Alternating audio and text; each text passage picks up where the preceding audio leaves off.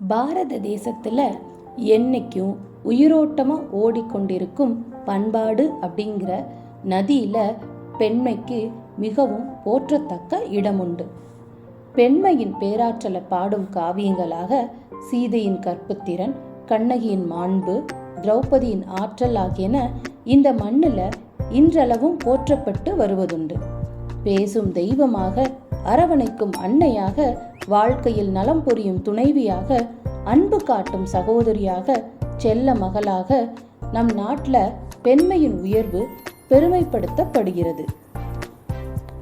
சர்வதேச மகளிர் தினத்தை ஒட்டி சில மங்கையர்க்கரசிகளை நினைவூற்றது தான் இந்த காணொளியோட நோக்கம். உடன் பிறந்தவனாகிய மருள் நீக்கியார், அதாவது அப்பர், அவர் மீது கொண்ட அன்புனால தன்னோட வாழ்க்கை முழுவதும் தவக்கோலம் பூண்டு மண்ணுலகில் வாழ்ந்த மங்கை இவர். பிறமதம் சார்ந்த சகோதரன் தாய்மதம் சேரும் வரை மலர்வனம் அமைத்து இறை தொண்டு செய்து காத்திருந்த காரிகை. துயர் நீங்கி சிவநாம சிந்தை பூண்ட சகோதரன் உளம் திருந்தி வரும் நன்னாளை எதிர்பார்த்திருந்தார் திலகவதியார். சூளை நோய் நீங்கி திருநாவுக்கரசர் என்னும் திருநாமத்தை பெற்று இனிய செந்தமிழ் பாக்கள் பாடும் புலவனாய் மருள் நீக்கியாரான சகோதரனை மாற்றி இம்மண் பதைக்கு தந்த பெருமை பெண்களின் திலகமாகிய திலகவதியாரையே சாரும். சைவ ஒழுங்கிற்கும் பக்தி மார்க்கத்துக்கும் வித்திட்ட முன்னோடியாக விளங்கிய பெருமை பெண்குல தெய்வமான காரைக்கால் அம்மையாரையே சாரும். கணவன் விரும்பாத மெய்யுடலை வேண்டாது பேயுருவம் வேண்டி பெற்று இறைவனின் திருவடி நிழலில் இன்றளவும் திருநடனம் காணும் பேறு பெற்ற பேய்மங்கை, தாயுமெளி தந்தையிலி தான் தனியன் ஆன இறைவனால் அம்மையே என்று அன்புருக விழிக்கப்பட்ட வனிதை. எல்லாவற்றுக்கும் உச்சமாக பக்தி இலக்கியத்துக்கு முன்னோடியாக மூத்த திருப்பதிகம் பாடி அந்த கால சூழலில் புதுமையை படைத்த புரட்சி பெண் இவர். 101 பாடல்கள் கொண்ட அற்புத திருவந்தாதி, 20 பாடல்கள் கொண்ட திருவிரட்டை மணிமாலை, 11 பாடல்கள் கொண்ட மூத்த திருப்பதிகம் ஆகிய இவரது திருமுறை இலக்கியங்கள் பெண்ணுலகுக்கு பெருமை சேர்ப்பதோடு மட்டுமல்லாது தேசத்திற்கும் என்றும் வலிமையூட்டும் வழிபாட்டு மலர்களாக மனம் பரப்பும்.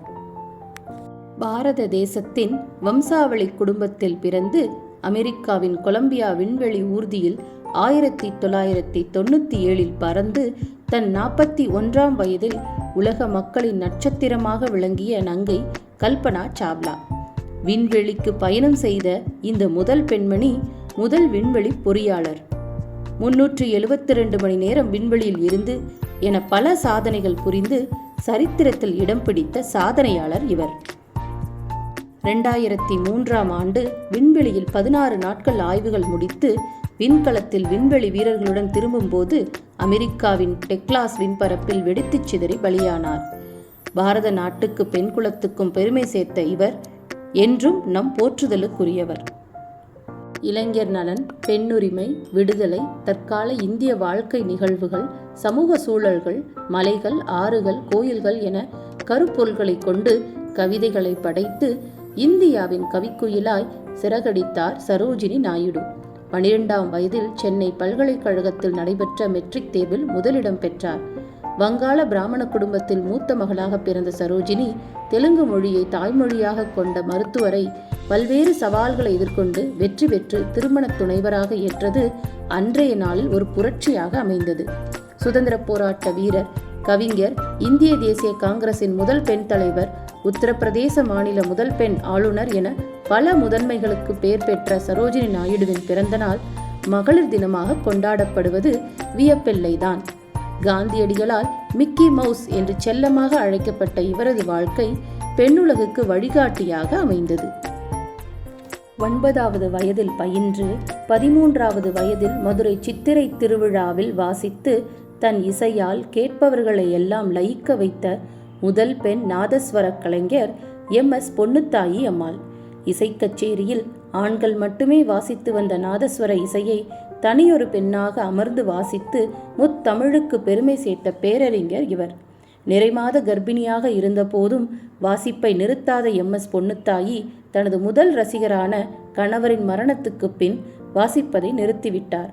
பல்லாயிரம் கச்சேரிகளில் வாசித்த எம்.எஸ். பொன்னுத்தாயின் நாதஸ்வர இசை அவருக்கு 20 தங்கப் பதக்கங்களையும் நாதகான அரசி, கலைமாமணி என பெருமைமிகு பட்டங்களையும் தேடித்தந்தது. நாதஸ்வர கலையில் தன்னிகரில்லாத பெயர் பெற்ற பொன்னுத்தாயி அமெரிக்க பல்கலைக்கழகங்களில் பாடவும் ஜப்பான் இசை அருங்காட்சியகத்தில் படமாகவும் பிரகாசித்துக் கொண்டுள்ளார். 20ஆம் நூற்றாண்டில் திபெத்தில் பிறந்து பள்ளி கல்லூரி செல்லாமலேயே தனது கல்வி அறிவை கணவர் மூலமாகவும் மாமியார் மூலமாகவும் வளர்த்து கொண்டவர் இவர். கோதை நாயகி. குழந்தைகளுக்கு புதிய புதிய கதைகள் சொல்வதற்காக இட்டுக்கட்டி கதை சொல்லும் கட்டாயத்தில் கற்பனை திறனை விரித்தவர் பின்னாளில் 115 நாவல்களை எழுதிய சாதனைக்கு சொந்தக்காரர் ஆனார். காந்தியடிகளை சந்தித்த பின் பட்டாடையை விடுத்து மங்களனான் தவிர ஆடம்பரமான அணிகலன்களை அணிவதையும் தவிர்த்து தனது வாழ்நாள் முழுவதும் கதர்புடவையை உடுத்திய உத்தம பெண் இவர். விடுதலை போராட்டத்தின் போது 6 மாத சிறை தண்டனை, 100 ரூபாய் அபராதம் கட்ட மறுத்ததால் மேலும் 4 வாரங்கள் சிறை தண்டனை பெற்று பாரத தாயின் பேரன்பை பெற்ற புதல்வியானார். பத்திரிகையாளர், நாவலாசிரியர், தேசபக்தர், சமூக தொண்டர், பேச்சாளர், கவிஞர் என பன்முக ஆற்றலை பெற்ற பெண்ணரசியான வை.மு. கோதை நாயகியை நாவல் ராணி, கதாயேக அரசி என்றெல்லாம் சமகால எழுத்தாளர்கள் போற்றினர். தனது 50 ஆண்டு கால வாழ்க்கையில் 35 ஆண்டுகளை எழுத்துலகில் பிரகாசித்து பெண்ணுலகில் புதுமை பெண்ணாக பெருமை பெற்றவர் இவர். பாரத தேசத்தை ஒருபோதும் பார்த்திராது கூலி தொழிலாளியின் மகளாய் பிறந்து உரிமை போராட்டத்தில் 16ஆம் வயதில் உயிர் நீத்த ஒரு பெண் போராளிதான் தில்லையாடி வள்ளியம்மை. இந்தியர்களின் மீது விதிக்கப்பட்ட வரி கொடுமைகளை எதிர்த்து தென்னாப்பிரிக்காவில் காந்தியடிகள் தலைமையில் நடந்த அறப்போராட்டத்தில் கலந்து கொண்டு தனது தாயுடன் சிறை சென்ற போது வள்ளியம்மைக்கு வயது 16. சிறையில் கடுமையான வேலை செய்ததால் மெலிந்த தேகம் கொண்டவர் நோய்வாய்ப்பட்டார். அபராதம் கட்ட மறுத்து சிறைவாசத்தை தொடர்ந்தார். ஒரு புறம் படுத்த படுக்கையாக மருத்துவமனையில் தந்தை, இன்னொரு புறம் தாயுடன் வள்ளியம்மை. நிறவெறி பிடித்த வெள்ளை அரசாங்கம் வள்ளியம்மையின் உடல்நிலை கண்டு அஞ்சி 3 மாதங்களுக்கு பின் வெளியே அனுப்பியது. வெளியே வந்த 10 நாட்களில் மரணத்தை தழுவினார். போராட்டத்தின் போது வெள்ளையன் ஒருவன் காந்திஜியை சுட முயற்சித்த போது காந்தியின் முன்னால் வந்து நின்று தன் மார்பை காட்டிய வீராங்கனை. குழந்தைக்கு தூளி கட்டுவது போல துணியில் தொட்டில் கட்டி அதில் வள்ளியம்மையை கிடத்தி அமர்ந்து காந்திஜியும் அவரது யூத நண்பர் போலக்கும் மருத்துவமனை கொண்டு சேர்த்தனர். இத்தனை கஷ்டங்களுக்கும் நான் தானே என்ற காந்தியடிகளை நோக்கி மனோநுட்பத்துடன் துளியும் வருத்தமில்லை, அடுத்த பிறவியிலும் சுதந்திர போராட்ட வீராங்கனையாகவே பிறக்க ஆசைப்படுகிறேன் என்று பதிலளித்த பாரத தேச புரட்சி பெண்தான் இந்த வள்ளியம்மை. குடும்ப பாங்குடனும் ஆபாசமின்றியும் பெண்களின் பிரச்சனைகளை மையப்படுத்தி சிறுகதைகள், புதினங்கள் படைத்து பெண்ணுலகுக்கு பெருமை சேர்த்தவர் லக்ஷ்மி. மருத்துவர் பட்டம் பெற்றும் அதனை தொடராமல் சமூக பிரச்சனைகளை அலசும் எழுத்துக்களுக்கு வடிவம் கொடுத்து தீர்வு காணும் முயற்சியில் இறங்கியவர். திரிபுர சுந்தரி என்னும் லக்ஷ்மி தனது எழுத்துக்களில் இயல்பான நடை, நெருக்கமான உரையாடல்கள், அன்றாடம் நாம் சந்திக்கும் மனிதர்களைப் போன்று கதாபாத்திரங்கள் படைத்து வாழ்வியல் விஷயங்களை எழுத்துலகின் மூலம் வெளிப்படுத்தியவர். லக்ஷ்மி 1000க்கும் மேற்பட்ட சிறுகதைகள், 150 நாவல்கள், 5 கட்டுரை தொகுப்புகள், 6 மருத்துவ நூல்கள் எழுதி தன் வாழ்க்கையை அர்த்தமுள்ளதாக்கிக் கொண்ட ஒரு குடும்பத் தலைவிதான். ஒரு காவியம் போல என்ற அவரது நாவலுக்கு சாகித்ய அகாடமி பரிசு கிடைத்தது. அவரது நதி போன்ற கதைகளின் நீரோட்டத்திற்கு கிடைத்த அங்கீகாரம்தான் இது.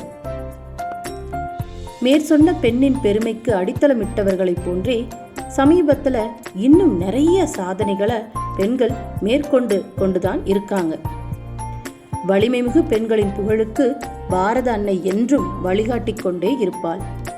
மங்கையராய் பிறப்பதற்கே நல்ல மாதவம் செய்திட வேண்டுமம்மா என்பார் கவிமணி. அந்த வகையில் இந்த மண்ணில் பிறந்திட்ட இந்த பெண்குல விளக்குகள் அனைவரும் நம்மளோட வணக்கத்துக்குரியவங்க. ஆணாகி பெண்ணாகி நின்றானவன், அவளொன்று தானொன்று சொல்லாதவன், தான் பாதி உமைப்பாதி என்றானவன், சரிபாதி பெண்மைக்கு தந்தானவன், நேற்றானவன் இன்றானவன், இனி நாளையும் என்றாக போகின்றவன். அந்த உரிமையை சரியாக பயன்படுத்தும் பெண்கள் தான் இன்னைக்கு தேவை. கேட்டு வாங்குவதல்ல உரிமைகள், மேலும் அடிமைகள் இருந்தாலல்லவோ உரிமைகள் என்று கேட்டு வாங்க வேண்டும்.